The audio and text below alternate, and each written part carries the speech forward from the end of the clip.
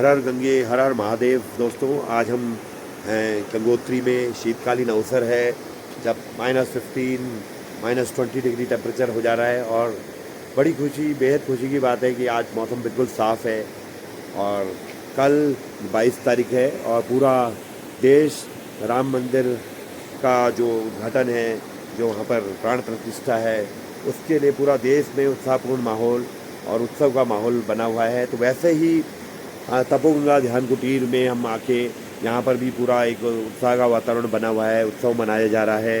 अखंड रामायण का पाठ हो रहा है। संत महात्मा अपना दिव्य साधना को छोड़ के यहाँ पे अखंड रामायण का पाठ कर रहे हैं, और जो कि बहुत ही बिल्कुल यूनिक चीज़ है, अभूतपूर्व बात है और ऐतिहासिक बात है। पूरे गंगोत्री में पहली बार ऐसा हो रहा है जब शीतकाल में इतनी गहन ठंड में भी अपने साधु महात्मा सब इस राम मंदिर की प्राण प्रतिष्ठा के अवसर पे अखंड रामायण का पाठ कर रहे हैं। पूरा सेलिब्रेशंस होगा, भंडारा होगा और सभी चीज़ बहुत ही उत्साहपूर्ण यहाँ पूरे हर आश्रम में अपना पूरा सेलिब्रेशंस हो रहा है और पूरा एक उत्सव का माहौल है। गंगा जी का आपको दिव्य दर्शन करा रहे हैं, जैसे मानो पूरी गंगा जी प्रसन्न हो रही हो और सभी देवी देवता यहाँ पे एक इस उत्सव में नृत्य कर रहे हों, जो कि भारत के लिए बहुत ही गौरवपूर्ण क्षण है और बहुत ही बेहद ये खुशी का समय।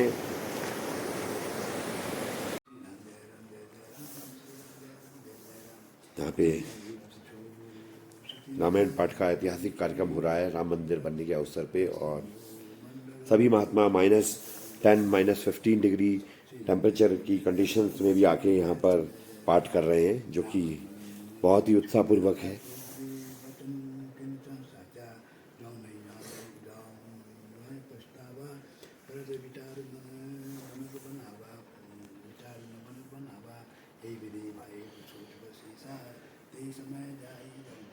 तो वो अंदर का जो अपना आपका जो प्रसन्नता का स्वभाव है, जो आनंद का जो स्वभाव है, वो अपने आप आना शुरू हो जाएगा, जागृत हो जाएगा। तो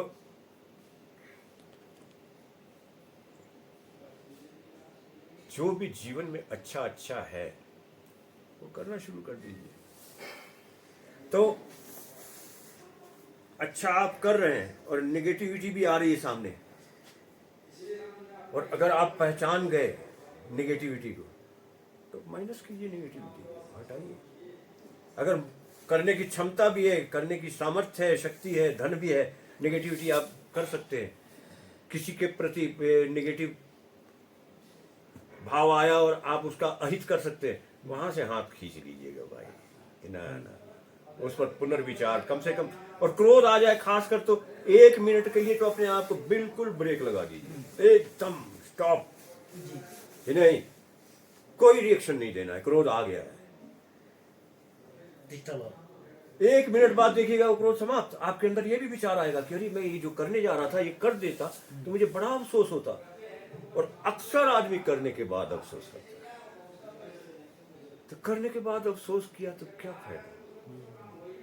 नहीं भाई, हम निगेटिविटी कर गए, नेगेटिव काम जो है कर गए, उसके बाद उस पर अफसोस कर रहे हैं, कोई फायदा नहीं है उसका। तो आदत बन जाती है। सबसे बड़ी बात खराबी ये भी आती है कि आप निगेटिविटी आई और आप उस पर रिएक्ट कर गए, आपकी फिर दोबारा आदत बनेगी।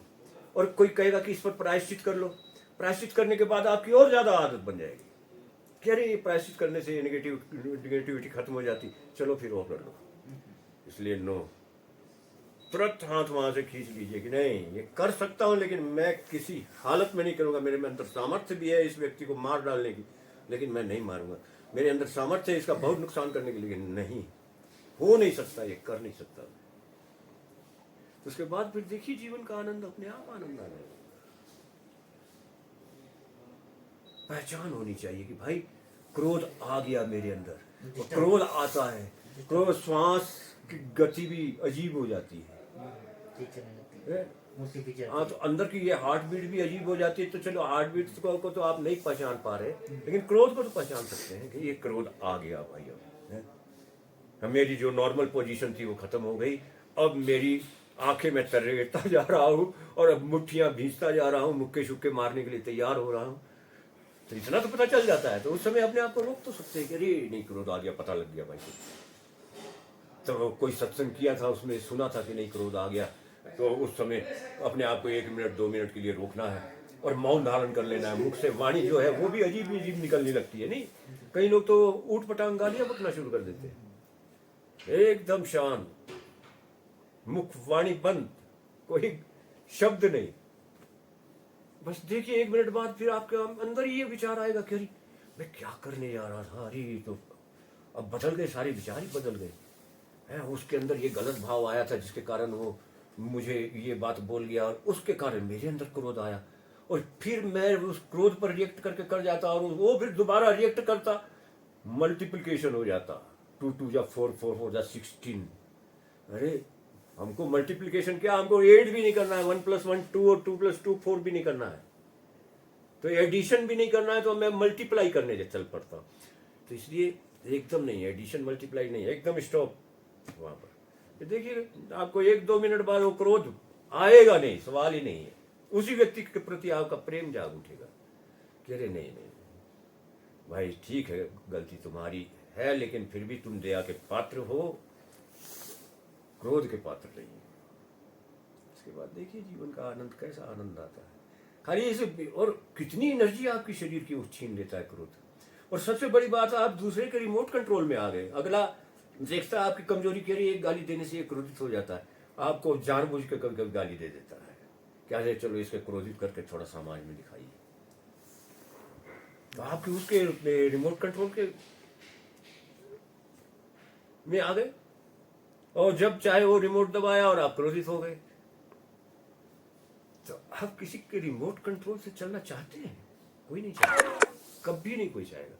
इसलिए जीवन का आनंद लीजिए, मजे लीजिए महाराज। एकदम ये निगेटिविटी को हटाइए अपने पास से, दृढ़ संकल्प करके। एकदम पक्का संकल्प है मेरा कि क्रोध आ गया तो मैं अपनी वाणी को बंद कर दूंगा और कुछ देर के लिए मौन होकर बैठ जाऊंगा, कुछ नहीं बोलूंगा। देखिए इतने में ही तो जीवन का आनंद आ जाएगा। सिर्फ एक पॉइंट कोई इसको पकड़िए, बाकी और बहुत से पॉइंट हैं, वो धीरे धीरे धीरे बोलूंगा, बताऊंगा जो मेरे अपने जीवन का अनुभव है। लेकिन इतना जान लीजिए कि जहाँ ज़्यादा निगेटिविटी हो जाती है वो डिप्रेशन में चला जाता है व्यक्ति, और जहाँ पॉजिटिविटी बढ़ जाती है वो अपने आप समाधि उसको लग जाती है। समाधि लगाने की और कोई प्रोसेस नहीं है कि ये प्रोसेस करो तो समाधि लगेगी, वो प्रोसेस करो तो समाधि लगेगी।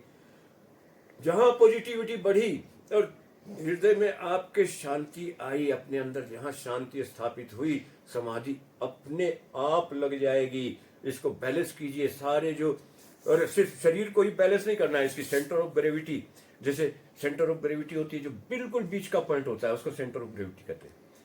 तो जैसे कई गाड़ी की कंपनियां हैं, कार की कंपनी है, जैसे मर्सिडीज कार की कंपनी है, उसका चैलेंज है कि मेरी कार उलट नहीं सकती कितनी भी स्पीड में चलाई। तो क्यों? तो उसके चारों तरफ ऐसा बैलेंस बना के उसने हर पार्ट्स को लगाया है कि आप कितनी भी स्पीड में चलाइए, उसको लेफ्ट राइट काटेंगे तो हल्का सा लेफ्ट राइट काटने पर मूवमेंट उसके होगा, लेकिन वो पलटेगी नहीं। उसी प्रकार आप, ये शरीर है, इस शरीर को आप बैठते हैं तो आप जरा सा लेफ्ट होकर देखिए तो आपके शरीर में टेंशन आ जाती है। थोड़ा सा इस शरीर को आप राइट करके देखिए, कितनी देर बैठ सकते हैं? ज़्यादा देर नहीं बैठ पाएंगे, आपको थकावट हो जाएगी, टेंशन आने लगेगी। और थकावट हुई और आपको वो अंदर से वो तनाव महसूस होने लगेगा कि अरे नहीं, थोड़ा नॉर्मल पोजीशन में। और फिर नॉर्मल पोजीशन करने के लिए फिर बीच में आएंगे। तो ये शरीर, भौतिक शरीर को तो आप फिर भी थोड़ा सा कर भी लेंगे ऐसे, लेकिन असली पॉइंट पर पहुंचने के लिए, जैसे वो सोनार का तराजू होता है ना, उसमें फिर वो ग्राम के बाद वो मिलीग्राम चढ़ाना शुरू करता है। तो वो मिलीग्राम का काम इसमें ये विचार करेंगे। निगेटिव विचार जो है उनको स्टॉप, बिल्कुल शून्य पर लाइए। विचार आए, आप अब उसको, विचार को कैसे लाएंगे? विचार कोई ऐसी चीज तो है नहीं कि वो आप उठा के उसको बाहर फेंक दिए। विचार शून्य, उस दीपक को जो आपने अंदर जलाया है, जैसे बाहर दीपक जलाते हैं तो उसमें बाहर के फतिंगे आके जलकर नष्ट हो जाते हैं। तो जो अंदर दीपक जलेगा तो वो अंदर के काम, क्रोध और मोह और ये जो रोग और ये तरह तरह के आप रोगों के नाम फिर रट लेते हैं, वो सारे फतिंगे जाके उस अंदर के दीपक में स्वाहा। और जब उस पॉइंट पर आप स्थिर हो गए तो वो जो शून्य का पॉइंट है बड़ा शुद्ध पॉइंट है। अब उस पॉइंट पर जब आप चले गए तो वो सोनार के मिलीग्राम का काम करेगा। सारे विचारों को भी आपने समाप्त किया, अच्छे विचार भी आपने कर दिए, उसके बाद वो उनको भी बार बार आपको दोहराना नहीं है कि मैंने ये अच्छा काम किया, तो अहम अंदर जगाने की कोई बात नहीं है। भाई वो मेरा स्वभाव है, तो मैं करता ही रहूंगा। और नेगेटिव काम सामने आए तो उसको किसी भी सूरत में, तो मेरा दृढ़ संकल्प है भाई इसको मैं करूंगा नहीं। फिर देखिए आप जीवन का आनंद क्या आता है। फिर वो सेंटर ऑफ ग्रेविटी पकड़ा जाएगी, और वो पकड़ा जाएगी। और जब उसे आपने एक बार पकड़ लिया तो चाहे कबीर ने कहा हो, चाहे गुरु नानक देव ने कहा हो, चाहे आदि गुरु शंकराचार्य ने कहा हो, चाहे हमारे ऋषि मुनि संत महात्मा, एक ही बात तो सबने कही है कि न पल बिछड़े पिया हमसे, न हम बिछड़े प्यारे से, उन्हीं से नेह लागी है अपन को बेकरारी क्या। उसी पॉइंट को पकड़ के कह रहे हैं ना। गुरु नानक देव एक ओंकार सत्य नाम करता पुरुष निर्भव निर्भय अकाल मूरत। उसी पॉइंट को पकड़ के कह रहे हैं अकाल, वहां कोई काल ही नहीं है। समय भी समाप्त वहां। समय क्या है? भविष्य और भूत। कोई योजना बनाते हैं आप, उसमें और भविष्य में चले जाते हैं। फिर भूतकाल को याद करते हैं कि अरे भूतकाल में ये ऐसा हुआ था तो बड़ा आनंद आया था। फिर भविष्य में वैसी कल्पना करते हैं कि ऐसा और हो। तो ये समय है, उस समय को समाप्त कीजिए उसी पॉइंट पर जाके। उसी को गुरु नानक देव ने अकाल मूरत कहा है। वहां कोई काल नहीं है, ना भूत न भविष्य, वर्तमान, पूर्ण रूपेण वर्तमान, एकदम वो क्षण वो। और उसी को आप इधर चले आइए अपने दशनामी परंपरा में। ब्रह्मानंदम परम सुखदम केवलम ज्ञान मूर्तिम द्वंद्वातीतम गगन सदृशम तत्वमस्यादिलक्ष्यम एकम नित्यम विमल वचलम सर्वधि साक्षीभूतम भावातीतम त्रिगुण रहितम सदगुरुम तम नमामि। भाव से भी अतीत, त्रिगुण रहितम, तीनों गुणों से रहित। बेलपत्र कैसे चढ़ाते हैं शिव जी पर? तीनों गुणों को कैसे समर्पित करते हैं? तो तीनों गुण वहां समर्पित कर दीजिए जो अंदर आपने दीप जलाया।